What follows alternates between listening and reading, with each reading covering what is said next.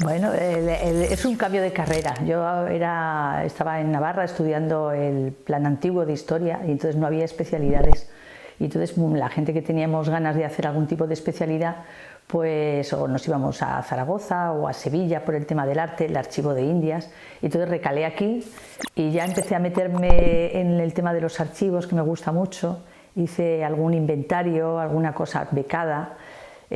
También estuve haciendo el inventario del archivo de Alburquerque, el municipal, el de la Puebla de Cazalla, el parroquial, y a raíz de los archivos, pues la verdad que es un trabajo muy gratificante, porque es como una ratita que va cogiendo ahí un poco todos los días, pero al final pues se acaba cogiendo un volumen de información que luego puede sustentar cualquier trabajo, más cortito o más largo. Y bueno, yo soy de historia, mi marido también es de historia, es José Manuel Pineda. Y entonces, bueno, pues congeniamos, nos casamos en Pamplona y ya, bueno, pues estamos establecidos en Alcalá, y ya pues desde el año 94. Y sé que hay diferencias, hombre, porque son diferencias culturales, pero bueno, yo soy una persona abierta, yo creo que me integro bien. Y luego yo he estado siempre un poco también a caballo entre Pamplona y Sevilla, porque al ser profesora, pues me ha permitido no desvincularme de Pamplona. Entonces yo tengo allí mi casa, mi gente y bueno, las vacaciones, los puentes. Yo llevo muchos alcalareños para Pamplona. Pues un Alcalá ha evolucionado porque lógicamente yo soy del año 63, o sea que ha evolucionado, claro, se ha convertido en una ciudad más grande. Es verdad que, hombre, tiene sus peculiaridades, como toda ciudad.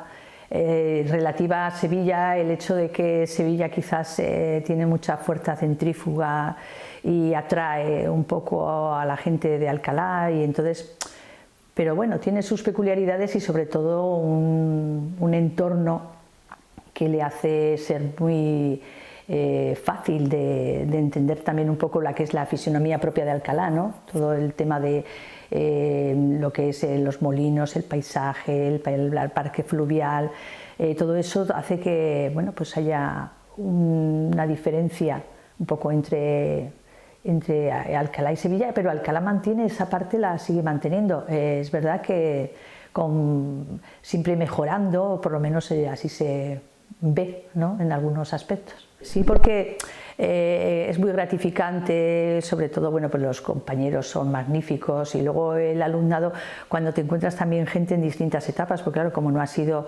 estos 3 institutos han sido en distinto recorrido cronológico, pues te los encuentras ahora y hombre, y habrá como todo, gente que igual está más contenta, menos contenta, porque bueno, eso es así, pero en general encontrarse a la gente por la calle y que te cuenten sus cosas y cómo van, pues sí que es muy gratificante. Has participado de la vida de ellos, para lo bueno y para lo malo. Soy muy inquieta de cabeza, la verdad que la cabeza no para y siempre me gusta saber el porqué de las cosas. Yo creo que el hecho de saber no es por el hecho de saber que también, sino porque te contextualiza mucho todos los acontecimientos, las obras, la literatura, lo contextualiza mucho todo. Y entonces pues esa es una inquietud que como falta tanto por saber, porque realmente sabemos menos de lo que quisiéramos, falta muchísimo. Y eso da una perspectiva también no solamente del pasado, sino de un cierto futuro también, en cuanto a cómo pueden descubrirse cosas nuevas, y también eso hace cambiar la mentalidad de la gente, porque el hacer historia no significa saber.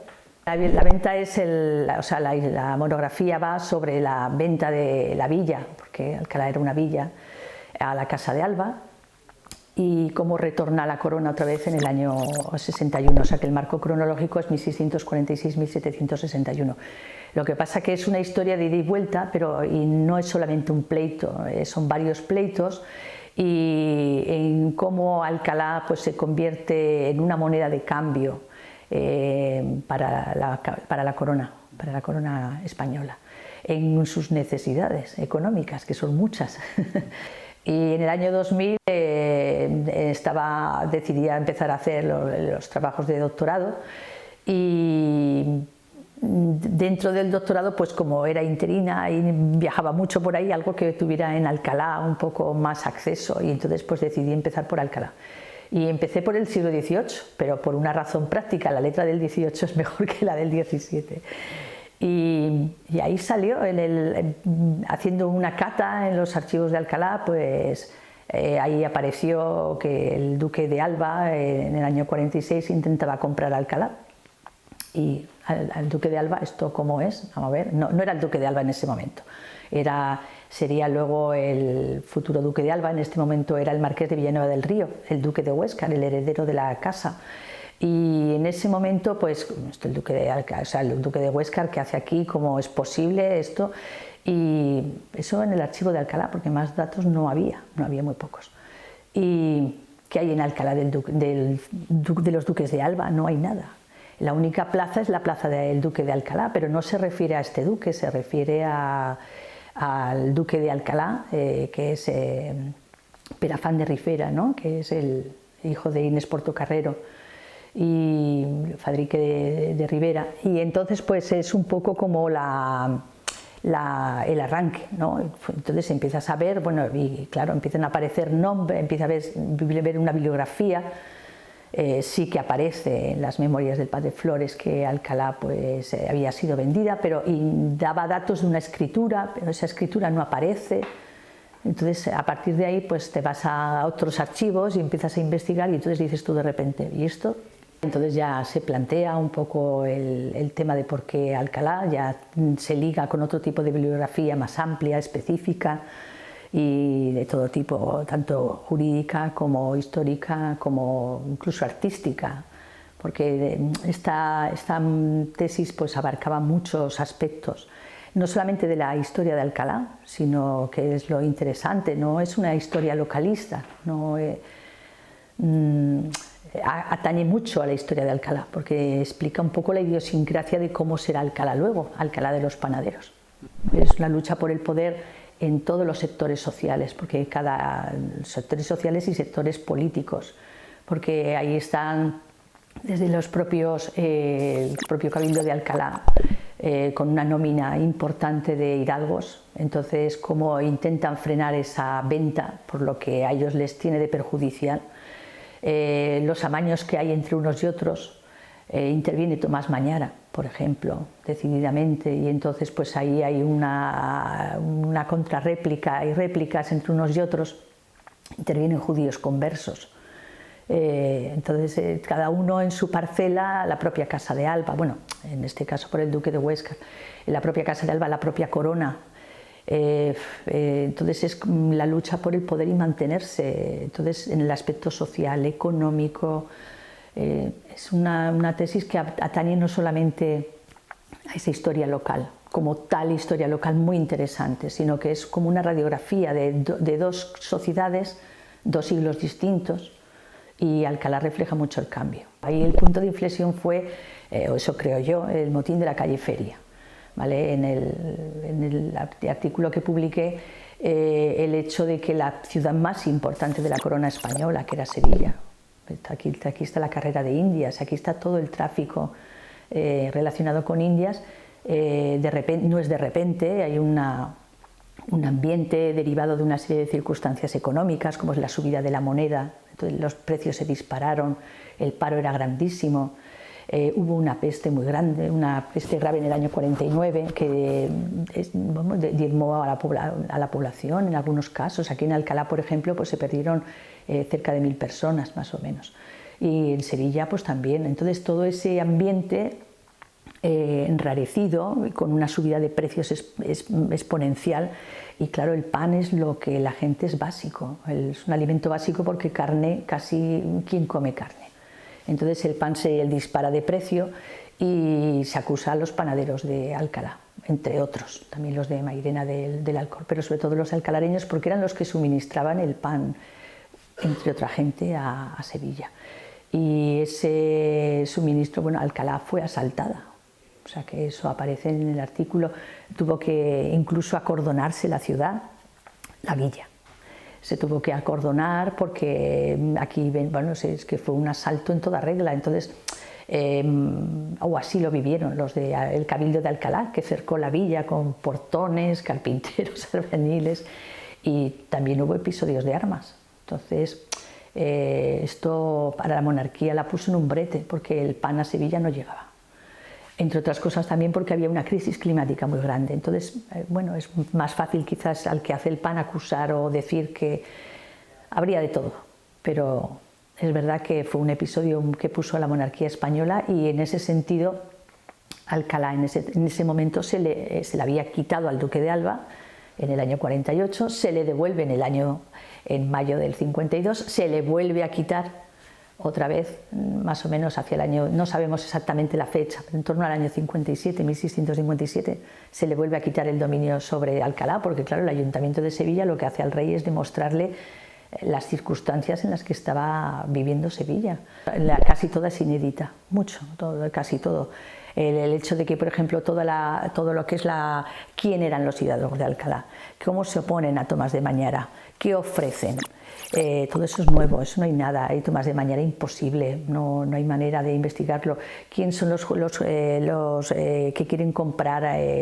El duque de Alba vende para poder pagar, como le falta dinero. Quiero comprar una cosa pero no tengo dinero, ¿qué hago? Pues vendo. Entonces son judíos conversos. Portugueses, todo eso es nuevo también. Todo el tema de los pleitos y la relación incluso con el papado, porque sabemos cosas a raíz nuevas de Alcalá, en el hecho de que, por ejemplo, hay un príncipe, que es el príncipe de Piombino, que necesita dinero porque le deben un montón la corona, y entonces pues ahí se ve como la corona, necesitada de dinero, le dice: te va a pagar el duque de Huéscar a cuenta de lo que nos debe por Alcalá. Entonces aparecen todo ese tipo de datos que es muy interesante, porque se ve todo el juego entre medio económico, y entonces todo es nuevo, en ese sentido es todo nuevo. El Alcalá, porque es el archivo, hombre, es el archivo municipal y es el que saca, fue el archivo de protocolos también, importantísimo. El Palacio Real, el Archivo Histórico Nacional, Palacio de Liria, claro, me he tenido que ir ahí a Madrid, también el Archivo de Simancas. Fundamentalmente esos son los archivos. Esto es una historia que no es, o por lo menos yo lo he intentado hacer así, no es localista, en el sentido de Alcalá saben un montón salen un montón de cosas nuevas, pero el hecho es un poco de conectar la historia local con la historia nacional, un poco que no sea solamente para el lugar, que está muy bien, porque es una manera de reivindicar, sino que también aquí hay o por lo menos así lo he intentado, ver una conexión del pasado con el presente y con el presente, porque Alcalá, toda la idiosincrasia que tiene social y económica, viene del siglo XVII, ya antes, pero fundamentalmente del motín de la calle Feria, cuando se convierte en una de las principales proveedoras del pan de Sevilla, y eso ha sido hasta el siglo XX, o sea, el siglo XX incluido. Entonces todo lo que es Alcalá ha dependido del pan en una gran manera. Montones de panaderos, montones de fábricas. Entonces ese convertirse en una proveedora exclusiva de la corona, cuando incluso, bueno, aquí ha estado Felipe V, y el asistente de Sevilla lo primero que hace es hacer una requisa de los panaderos, en el sentido de que digan cuánto pan traen antes y a qué precio, no sea que luego se puedan vender más caros, aprovechando que aquí hay una demanda más fuerte, por ejemplo. O el tema, por ejemplo, de los gremios en Alcalá, en Sevilla, el gremio de los panaderos, cómo los panaderos alcalareños se resisten. Entonces se puede hacer un estudio, pues sí quedaría bien hacer un estudio complementario de igual cómo puede funcionar el tema de la panadería, pero ya ligado un poco más al tema tema social. A ver, yo lo que sé, ellos siempre, vamos, como todos los nobles, no solamente los nobles, los que no eran nobles y que pretendían, en este caso los duques de Alba no, porque ya tenían un carisma importante dentro de la nobleza, eran uno de los grandes de España, ¿no?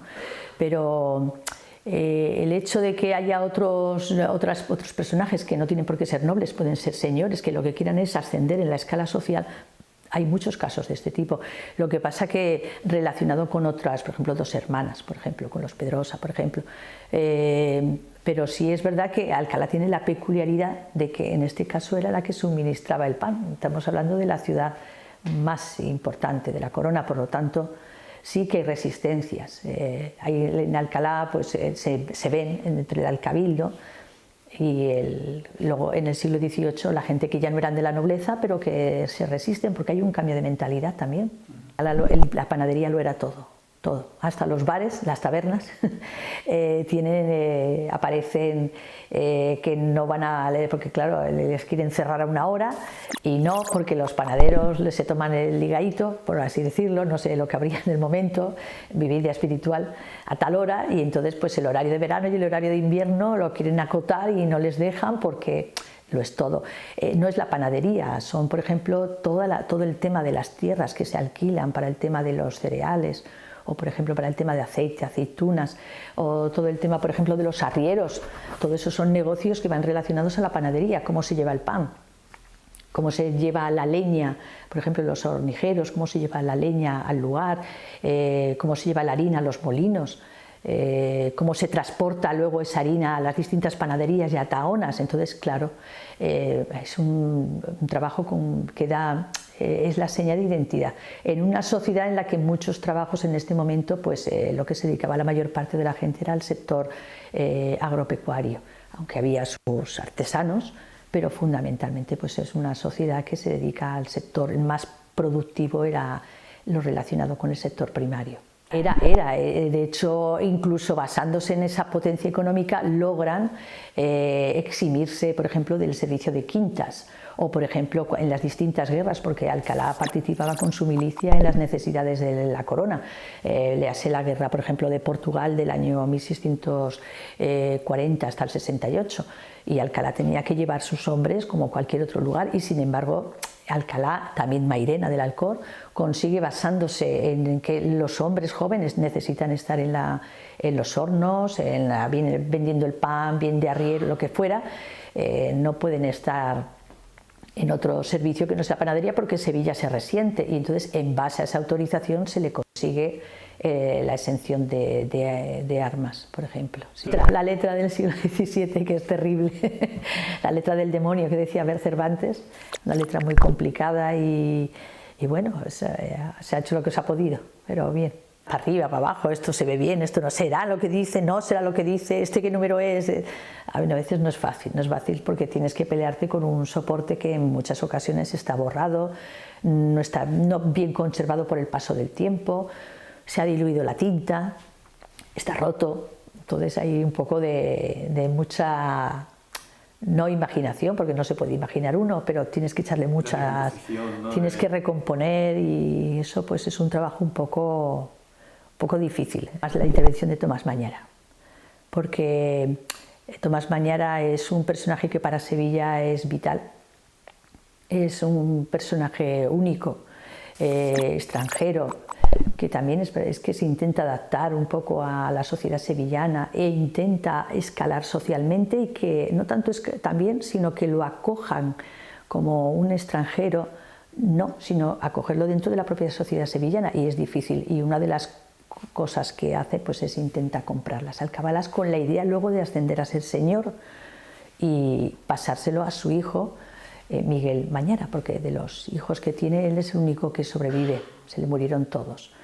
Y por eso es la lucha por el poder, en el sentido de no poder político, sino poder social, de ser alguien, y entonces ahí aparece, y entonces cuando le ves tú ahí, este hombre ha sido, bueno, del Consulado de Indias, mercader, espectacular.